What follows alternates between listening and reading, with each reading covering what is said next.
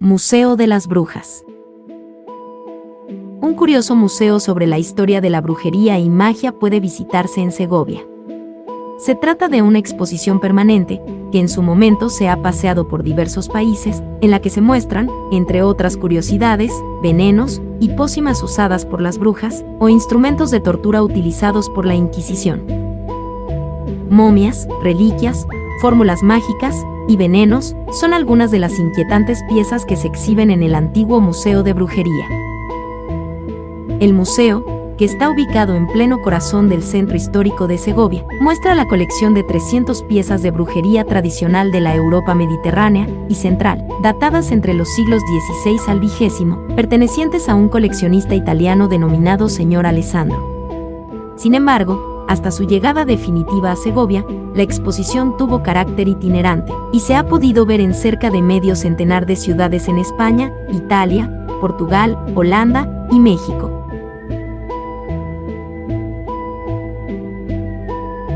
Los Niños Verdes de Woolpit. La leyenda de los Niños Verdes de Woolpit, que tuvo lugar en el año 1100 en el pueblo de Woolpit, en Inglaterra, narra la historia de dos hermanos que tenían la piel verde. Hablaban en un idioma ininteligible y solo comían verduras verdes. El niño murió a una temprana edad, pero la niña empezó a alimentarse con comida de consumo local y perdió su tono verde. Aprendió el idioma, por lo que pudo hablar sobre su vida, y según ella, en su mundo todas las personas eran verdes. Algunos médicos sugieren que posiblemente los niños padecían clorosis, una rara enfermedad anémica que se caracteriza por un tinte verdoso en la piel. Aún así, la teoría no está del todo aceptada. Respecto al idioma ininteligible que hablaban los dos niños, algunos sugieren que es el dialecto hablado en el norte de Bélgica y en el sur de los Países Bajos. Esta explicación es rechazada, ya que en el siglo XII había importantes rutas marítimas entre Gran Bretaña y el continente, por lo que a través del pueblo de Woolpit pasaban personas que hablaban ese idioma, por lo que es imposible que los propios aldeanos de Woolpit no lo reconocieran. Otra explicación dice ser que pertenecían a una pequeña tribu britona, que se escondían en cavernas, y que mantenían su idioma, por lo que hablarían una evolución lingüística de los idiomas célticos, que para esa época sería muy difícil que alguien en esa zona de Inglaterra pudiera entender. Una gripe jurásica. Un equipo de paleontólogos examinó los restos fosilizados de un diplodócido. Están datados en el período Jurásico tardío, hace más de 150 millones de años. Y llegaron a una inesperada conclusión. Determinaron la causa de muerte. Es altamente probable que fuera por una enfermedad parecida a una gripe o a una neumonía. Durante el estudio, los investigadores sometieron a un análisis 3 vértebras cervicales del dinosaurio de cuello largo. Se le apodó cariñosamente Dolly y fue descubierto en 1990. Se identificaron unas inusuales protuberancias óseas provocadas por sacos de aire. Nunca antes habían sido vistas en un dinosaurio. De acuerdo a esto se hicieron los estudios preliminares.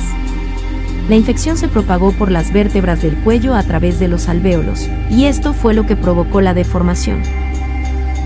Los autores del estudio tienen una teoría. Creen que antes de morir, el reptil tenía síntomas como tos, fiebre o dificultad para respirar. Lo más probable es que el animal hubiera contraído una infección respiratoria fúngica.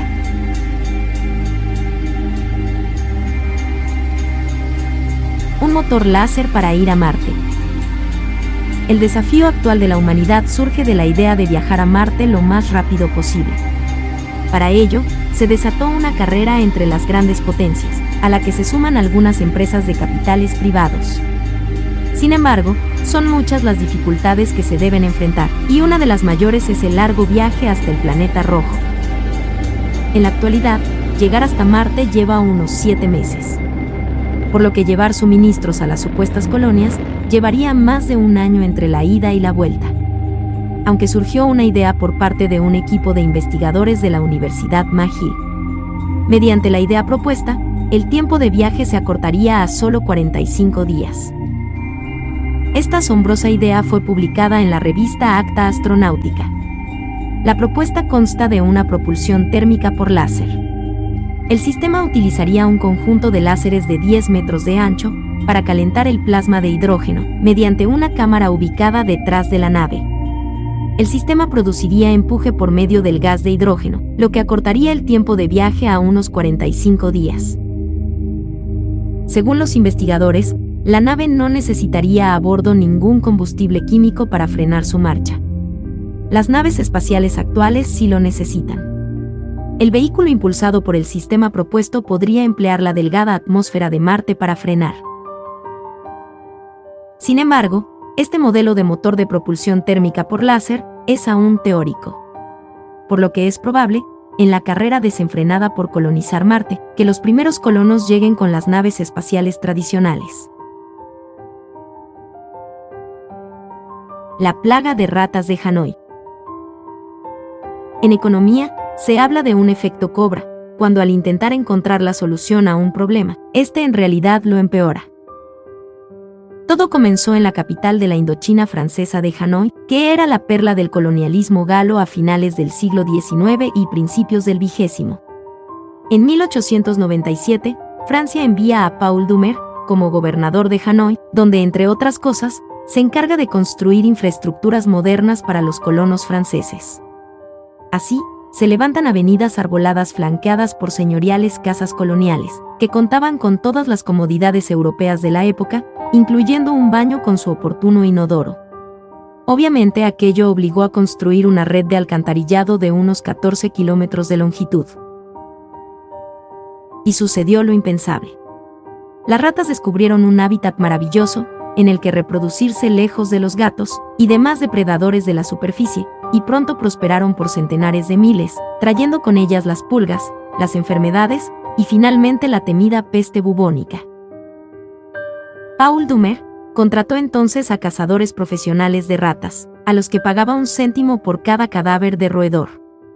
Los métodos de caza, desconocidos por desgracia, se fueron perfeccionando hasta el punto de que el 21 de junio de 1902 se alcanzó el récord de capturas, con 20.112 ratas en un solo día. Pero finalmente, el gobierno de la colonia llegó a la conclusión de que, incluso con un pequeño ejército de cazadores de ratas bien remunerados, la población de roedores seguía siendo insoportablemente grande. El gobernador llamó a las filas a los propios colonos, gente emprendedora que recibieron encantados la opción de poder sumarse a la oferta de 1 centavo por rata capturada. Para hacer el conteo y el pago más sencillo, los funcionarios decidieron que bastaría con recibir únicamente la cola de la rata para pagar la captura, lo que evitaba el engorroso y antihigiénico proceso de manejar cadáveres completos. Este plan B parecía estar funcionando bien, pero entonces los funcionarios coloniales comenzaron a divisar por toda la ciudad miles de ratas vivas, pero sin cola, ya que a alguien se la había amputado. Pronto comprendieron que los cazadores de ratas preferían cortar la valiosa cola de rata y liberar al animal vivo, que de este modo se reproduciría y mantendría activo el negocio, a matarlo y acabar así con la gallina de los huevos de oro.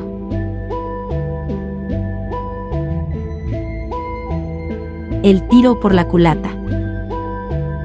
En 2016, Lawrence John Ripple, jubilado de 70 años, robó un banco cerca de su domicilio. El recinto se ubica a una cuadra del cuartel general de la policía de Kansas City. Declaró que prefería estar en la cárcel que con su esposa. Fue sentenciado a 6 meses de arresto domiciliario. La roca de Al-Nazla. En Arabia Saudita, se encuentra una extraña piedra que conmociona a millones de turistas desde hace más de un siglo. Se trata de Al-Nazla, una formación rocosa, que mide aproximadamente unos 9 metros de alto y 7,5 metros de ancho, ubicada en el noroeste del país asiático. La roca está cubierta de pinturas rupestres, y a primera vista, podría no tener nada en especial, pero todo depende desde el punto de vista. Si la observamos desde la parte lateral, la roca presenta un corte completamente perfecto que la divide en dos. Es tan inusual que se ha convertido en una atracción turística y muchos visitantes afirman que la roca parece haber sido cortada por un rayo láser. El tabloide británico, The Sun, sigue esta línea y afirma que la separación entre ambas rocas es demasiado perfecta para que haya sido provocado por causas naturales. Sin embargo, los expertos no lo descartan. Esto ha generado un gran misterio científico para cientos de historiadores y arqueólogos. Esto se debe a que nadie, hasta ahora, había comprendido con exactitud cuál es el origen del corte, y cómo había sido posible, ya que las dos rocas se sostienen en unos pequeños pedestales naturales. La geóloga Cherry Lewis ha explicado que esta división fue causada por efectos naturales. La división podría haberse formado debido a un proceso llamado erosión por congelación, que ocurre cuando el agua entra en una pequeña grieta en la roca.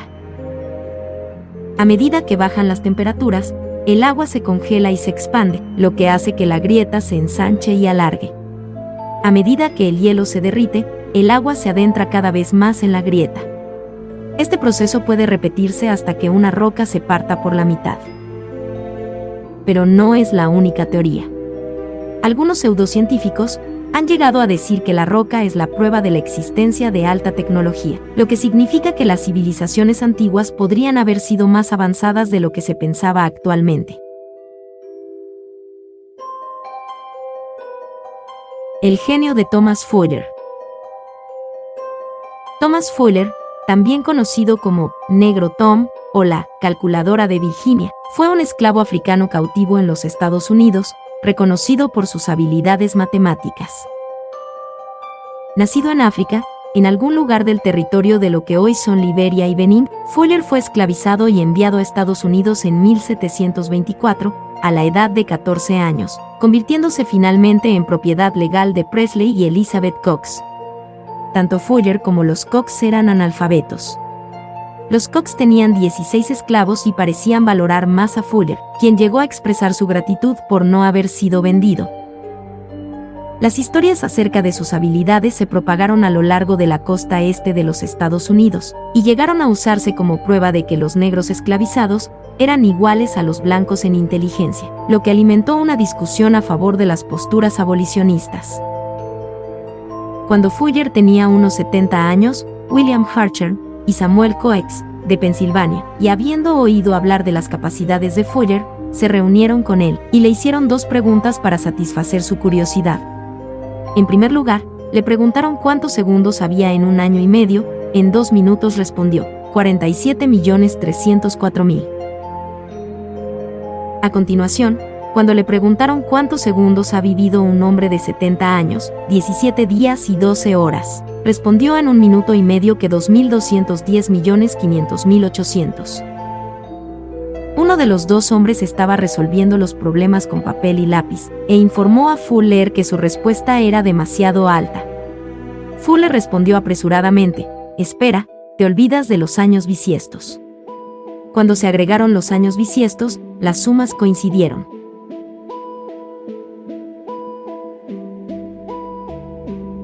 Los castrati. Los castrati eran hombres capaces de cantar con una tonalidad de voz muy aguda. Tanta, que causaron furor durante el Barroco, época en la que llegaron a convertirse en el equivalente a las actuales estrellas musicales. Sin embargo, la historia que se esconde tras estos hombres con voz de mujer es mucho más triste y oscura. A diferencia de lo que ocurre con los contratenores actuales, que consiguen su tono de voz de forma natural, ejercitando solo una parte de sus cuerdas vocales, los castrati alcanzaban su tesitura mediante una intervención quirúrgica. Como el propio nombre de estos cantantes indica, esa operación consistía en la amputación de los testículos, con el fin de que no pudiesen producir hormonas sexuales masculinas, responsables de la muda vocal en la adolescencia. Por ello, la intervención solía realizarse entre los 8 y los 12 años de edad. Hay que señalar que, en sentido estricto, no era una castración de todo el aparato genital. Así, había quienes aseguraban que aquellos castrati que conseguían desarrollar un pene adulto, generalmente por haber sido sometidos a la intervención después de los 10 años, eran los mejores amantes del mundo. El resultado de esa poco ética intervención quirúrgica era una espectacular voz que mezclaba el colorido tímbrico masculino y femenino.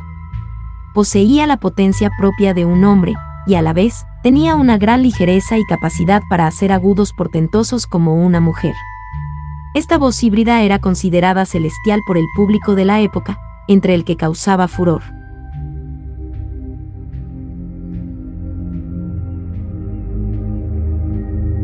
matrimonio riparator. En Italia, un violador podía casarse con su víctima para evitar cualquier persecución legal. Esta práctica se llamaba matrimonio riparator. Las mujeres se veían presionadas a aceptar el matrimonio para evitar la vergüenza social. Franca Viola, en 1948, fue la primera mujer que se negó a casarse con su violador, pero esta práctica no se abolió por ley hasta 1981.